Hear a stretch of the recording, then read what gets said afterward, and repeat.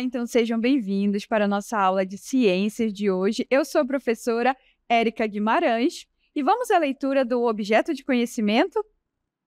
Aula 18, objeto de conhecimento, preservação da biodiversidade, detalhamento, patrimônio nacional cultural e natural, categorias de unidades de conservação, UC, função de cada categoria de UC. E vamos conhecer um pouco mais sobre as unidades de conservação?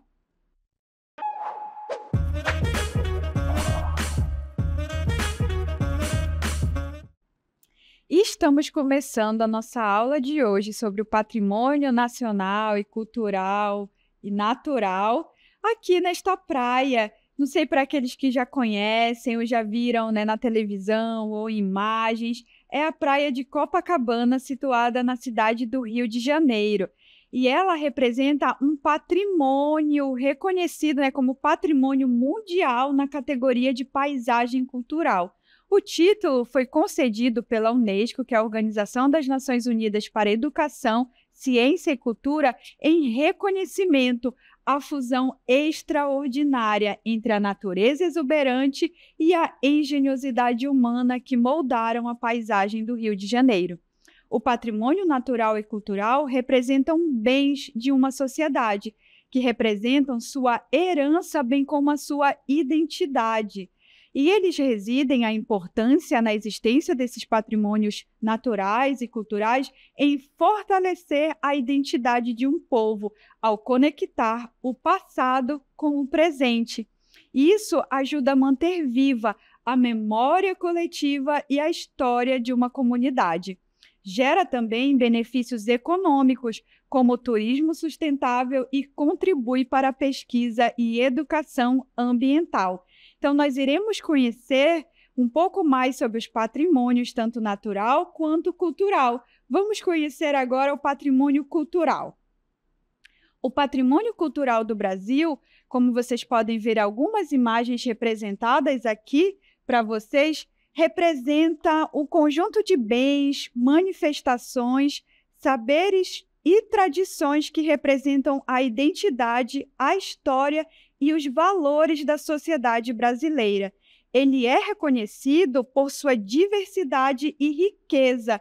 Então, a diversidade e riqueza do Brasil é o que o torna conhecido através das suas manifestações, né, patrimoniais, tanto culturais quanto naturais. Engloba, então, quando a gente fala desse patrimônio cultural, por sua vez, ele engloba bens materiais como monumentos históricos, obras de arte, edificações, bem como sítios arqueológicos, ou também bens imateriais. O que são os bens imateriais citados como patrimônio cultural? São, por exemplo, danças, músicas, festas populares que ocorrem nesses diversos estados e cidades ao redor do nosso Brasil, bem como o idioma também deles e conhecimentos tradicionais que são passados de geração em geração. E a importância da preservação desses bens, ela é realizada através do Instituto do Patrimônio Histórico e Artístico Nacional, o IPAAN. Enquanto a Unesco, que é a Organização das Nações Unidas para a Educação, Ciência e Cultura, destaca bens que são de patrimônio da humanidade como um todo. E alguns patrimônios da humanidade que existem aqui no nosso Brasil é Brasília, a cidade, o município, e o Centro Histórico de Olinda. Aqui nós temos outros exemplos desse patrimônio cultural brasileiro representado para vocês, como o Pelourinho, que está localizado no estado da Bahia. Então, a gente pode perceber que esses patrimônios brasileiros culturais, eles estão espalhados nos diversos estados que compõem a nossa federação. E vocês sabiam que o Carnaval também representa um patrimônio cultural do Brasil? Então, quando a gente está comemorando aquela festa, está se divertindo com os amigos, a gente está fazendo parte dessa representação cultural brasileira. Bem como a culinária típica, que nós gostamos, né, de nos alimentar, de comer, ela também faz parte do patrimônio cultural de um povo, assim como as festas populares e os sítios arqueológicos que possuem, né, então, esses vestígios daquilo que veio antes de nós e que nos permite conhecer a história de antes, entender a história de agora e o que pode levar, né, a acontecer também futuramente. Então, é muito importante a existência desses sítios arqueológicos para estudos.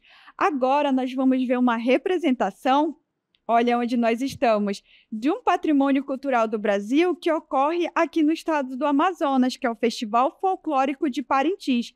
Ele é um patrimônio cultural do Brasil e do estado do Amazonas, tendo sido reconhecido pelo Instituto do Patrimônio Histórico e Artístico Nacional, o IPAAN, em 2018. Então, não faz muito tempo que ele foi, né, declarado como esse patrimônio cultural do Brasil. O reconhecimento a ele se deve à sua importância como uma das maiores manifestações culturais do país, celebrando o folclore e a identidade e a cultura amazônica por meio da disputa entre os bois garantido e caprichoso, representado então pelas cores que vocês podem perceber aqui, o azul e o vermelho. Esse evento ele se manifesta em 3 noites de apresentações, onde as agremiações culturais, que é o boi garantido representado pela coloração vermelha, e o boi caprichoso, representado pela coloração azul, competem com ritos, lendas e tradições amazônicas. Então, é uma festa muito celebrada e, né, aproveitada por muitos aqui que vêm pessoas de outros estados para conhecer esse festival que faz parte do patrimônio cultural do Brasil.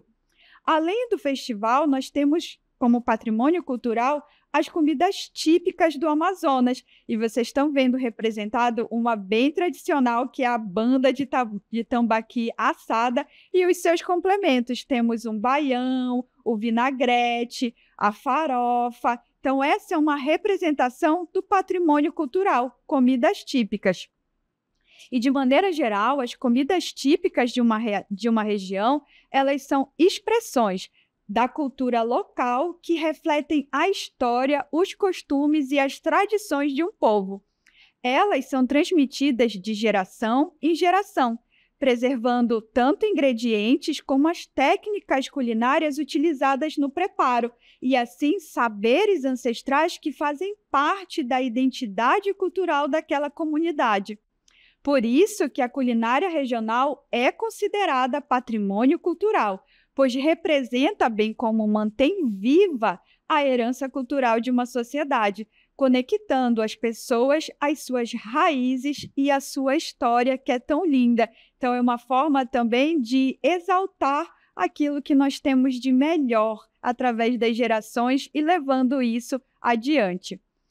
Acabamos de ver, então, alguns exemplos do que é o patrimônio cultural do Brasil. Vamos entender agora do que se trata quando nos referimos a patrimônio natural. Ele, por sua vez, representa áreas ou elementos da natureza que têm valor ecológico, científico, paisagístico ou recreativo.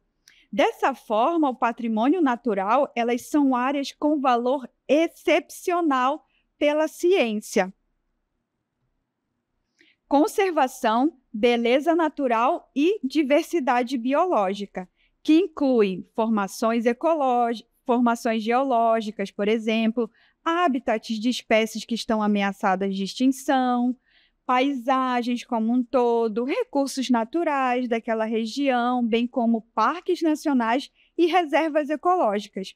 A Unesco, então, reconhece e certifica o patrimônio natural para garantir sua preservação e para que seja passado para as futuras gerações e assim que elas também tenham acesso a esse patrimônio. Então, ela representa um recurso essencial para a vida humana através de serviços ecossistêmicos e lazer. Aqui eu trouxe para exemplos desse tipo de patrimônio natural o Parque Nacional do Iguaçu, que são as cataratas do Iguaçu. O Pantanal também representa um patrimônio natural do Brasil, bem como a Grande Floresta amazônica representa um patrimônio cultural. Dentro dessa categoria de patrimônio natural, nós vamos conhecer alguns deles, como o arquipélago de Fernando de Noronha. Já ouviram falar sobre ele? É uma região que tem muitos atrativos, então atrai muitos turistas, e vamos conhecer um pouco mais sobre esse patrimônio natural. Ele é formado por 21 ilhas, então Fernando de Noronha é um arquipélago formado por 21 ilhas e ilhotas, que são o topo de uma cordilheira vulcânica submarina. Então, nós vemos apenas o topo dessa cadeia de montanhas submarinas. E este arquipélago de origem vulcânica abriga uma rica biodiversidade marinha. Por isso também, por essas e outras razões, que se tornou um patrimônio natural do Brasil, sendo importante. Por quê? Porque ele é um ponto de reprodução, bem como de alimentação para espécies como o atum, tubarão, tartarugas e mamíferos marinhos. Além disso, essa região concentra a maior colônia reprodutiva de aves marinhas tropicais do Atlântico. Então, também tem essa grande relevância para a reprodução dessas aves marinhas, bem como ela contém uma vasta variedade de peixes, algas, corais e outros organismos marinhos, como moluscos, entre outros. Então, são algumas das características que fizeram com que esse arquipélago de origem vulcânica se tornasse um patrimônio natural do Brasil. E dentre os patrimônios naturais, existem alguns deles que são considerados unidades de conservação. Vamos entender esse termo unidade de conservação? O que são as unidades de conservação? Uma unidade de conservação é uma área territorial que é estabelecida. Então, é escolhida uma área de acordo com as características que ela evidencia, e essa área ela é declarada protegida pelo governo. E qual o objetivo de tornar essa área protegida? É conservar a rica biodiversidade existente nessa área. Então, visando a preservação de todas as formas de vida que ocorrem naquela área, ela é declarada uma unidade de conservação e ela é regida aí por órgãos do governo. E a finalidade também, além de proteger as diversas formas de vida, é proteger os ecossistemas como um todo. Quando a gente fala em ecossistemas, a gente fala do ambiente em geral, não só a porção biótica, que é a porção viva daquele ambiente, mas também como as suas características abióticas, que é a porção não viva, que pode ser os recursos hídricos, pode ser também aí a quantidade que vai citar da parte não viva de luz, o regime hídrico, como eu já falei, como um todo, que vão construir aquela paisagem que chamamos de ecossistema daquela região. E dessa forma, essa proteção dessa área vai assegurar, ou seja, garantir a preservação desses recursos naturais, bem como culturais, existentes nessa determinada região que foi declarada como uma unidade de conservação para a preservação dessas ricas características que são encontradas nela. Dentro das unidades de conservação, o que ocorre nelas? Acabamos de descobrir o que elas são, mas para que servem propriamente dito? A finalidade da unidade de conservação é proteger a biodiversidade, conservar os recursos naturais e garantir o uso sustentável das áreas protegidas. E quando nós falamos em uso sustentável, é garantir que a geração atual tenha acesso a esse recurso, mas que ele seja usado de forma consciente para que ele perdure e continue, para que as próximas gerações que virão também tenham acesso a esse recurso. Dessa forma, com a unidade de conservação, é possível proteger espécies ameaçadas. Alguns exemplos de espécies ameaçadas no nosso Brasil é o caso do mico-leão-dourado, da onça-pintada e do peixe-boi. Dessa forma, os objetivos das unidades de conservação, também chamadas de UCEIs, são preservar a natureza, manter os ecossistemas e proteger a biodiversidade e garantir a conservação de espécies que ali habitam. Elas também buscam conciliar, ou seja, unir a conservação com o uso sustentável dos recursos naturais ali existentes, assim como a pesquisa científica que pode ser desenvolvida, a educação ambiental, o ecoturismo e a recreação em contato com a natureza. Dentre os objetivos principais estão preservação da natureza, conservação da biodiversidade, o uso sustentável dos recursos existentes naquela unidade de conservação, a pesquisa científica, educação ambiental, recreação e turismo, bem como serviços ambientais e proteção de populações tradicionais que podem ocorrer nessas unidades de conservação.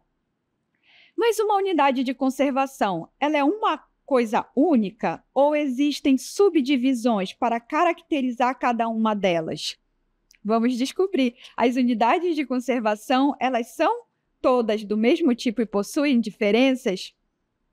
Então, as unidades de conservação não são todas iguais. Elas se dividem em dois grandes grupos, que são proteção integral e de uso sustentável. E elas têm objetivos e regras de uso diferentes.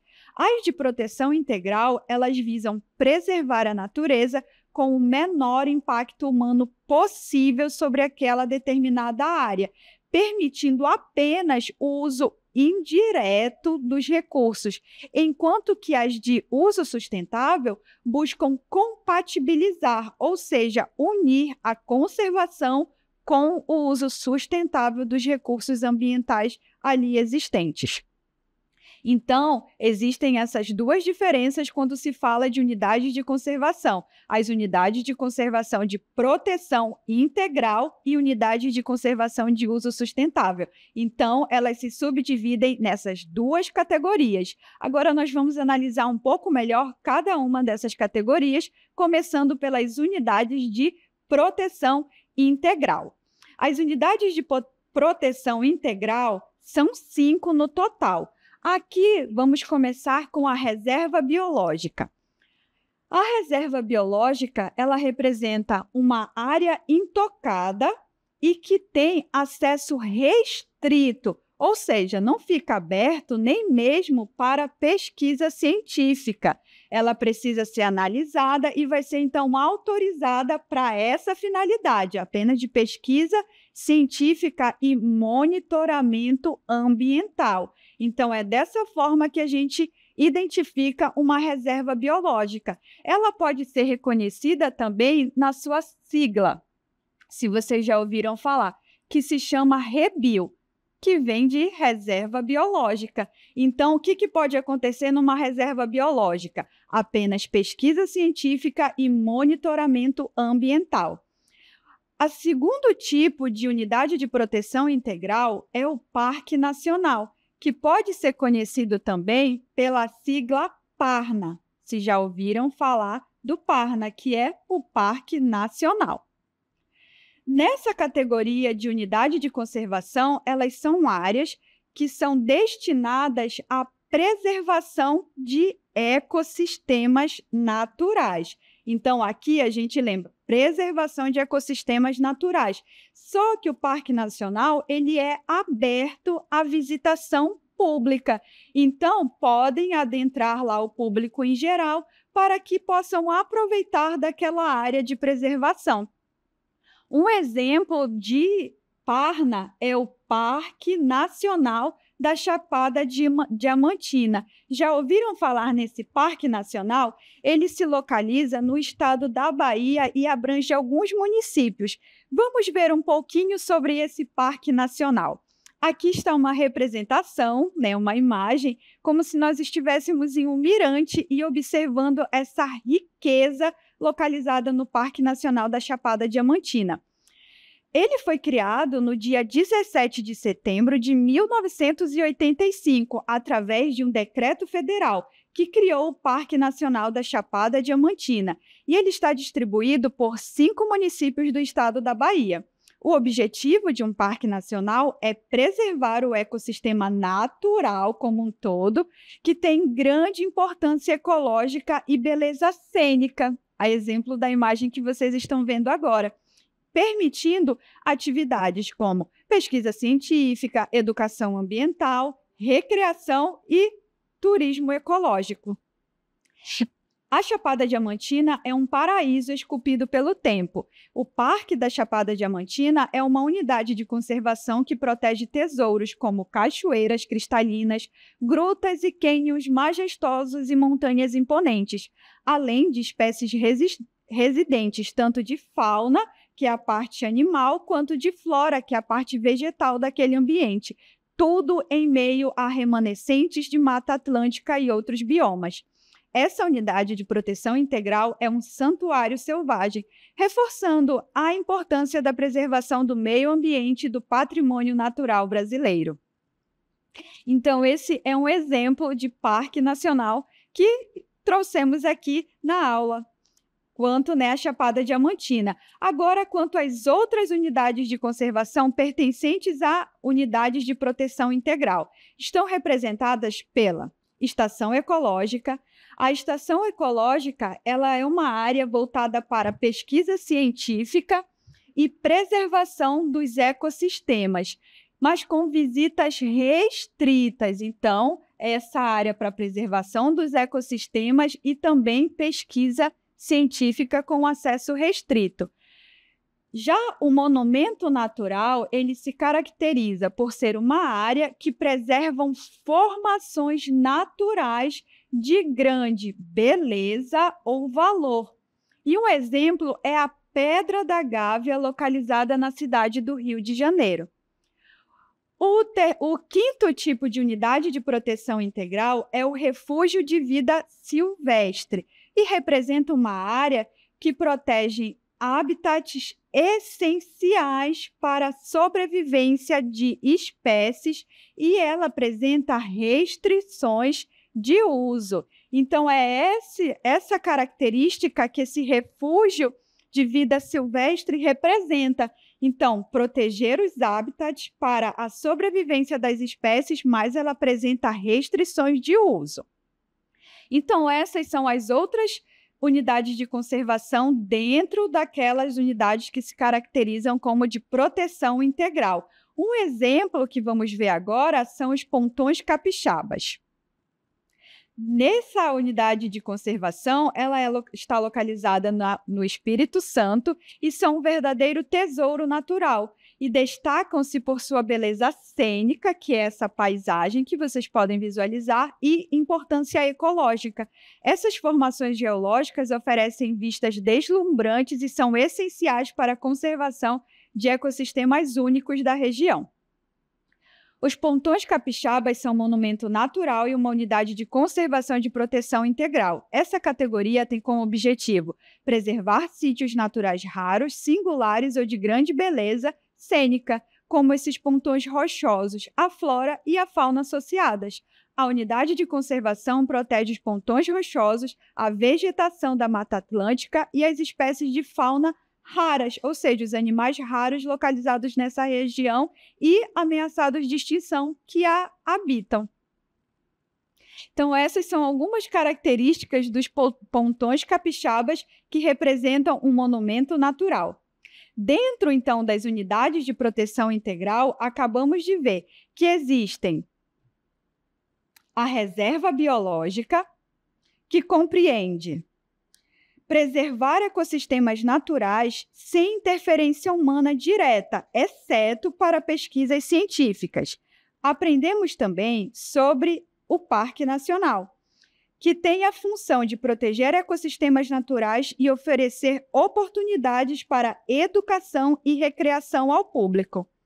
Já a Estação Ecológica tem a finalidade de realizar pesquisas científicas e proteger ecossistemas com acesso restrito. Por sua vez, o monumento natural tem a finalidade de preservar formações naturais raras ou de grande beleza cênica, ou seja, uma paisagem de grande beleza. E, por fim, O refúgio de vida silvestre abrange proteger ambientes naturais necessários para a sobrevivência de espécies ou comunidades da fauna local. Então, esses são os 5 tipos de unidades de conservação dentro da categoria de unidade de conservação de proteção integral. Agora, vamos conhecer as unidades de conservação de uso sustentável. A primeira delas é a Área de Proteção Ambiental, conhecida como APA. Representam grandes áreas com certo grau de ocupação humana, onde são permitidas atividades que não agridem o meio ambiente. O segundo tipo de unidade de uso sustentável é a reserva extrativista, que representa áreas onde as populações tradicionais fazem uso sustentável de recursos naturais. E essas áreas de reserva extrativista existem, por exemplo, na Amazônia. Essas unidades de conservação de uso sustentável são, então, áreas protegidas que permitem a exploração sustentável de recursos naturais, compatibilizando a conservação da biodiversidade com o uso humano. Essas unidades admitem a presença de moradores e incluem 7 categorias principais: Área de Proteção Ambiental, APA, Área de Relevante Interesse Ecológico, ARE, Floresta Nacional, FLONA, Reserva Extrativista, RESEX, Reserva de Fauna, REF, Reserva de Desenvolvimento Sustentável, conhecida como RDS, e Reserva Particular do Patrimônio Natural, RPPN. Então, são 7 exemplos que existem dentro das unidades de uso sustentável. Vamos conhecer um pouco sobre 3 delas. Dentro da categoria de unidades de uso sustentável, temos a Floresta Nacional, que representam áreas destinadas ao uso sustentável dos recursos florestais e à pesquisa, como a Floresta Nacional do Tapajós.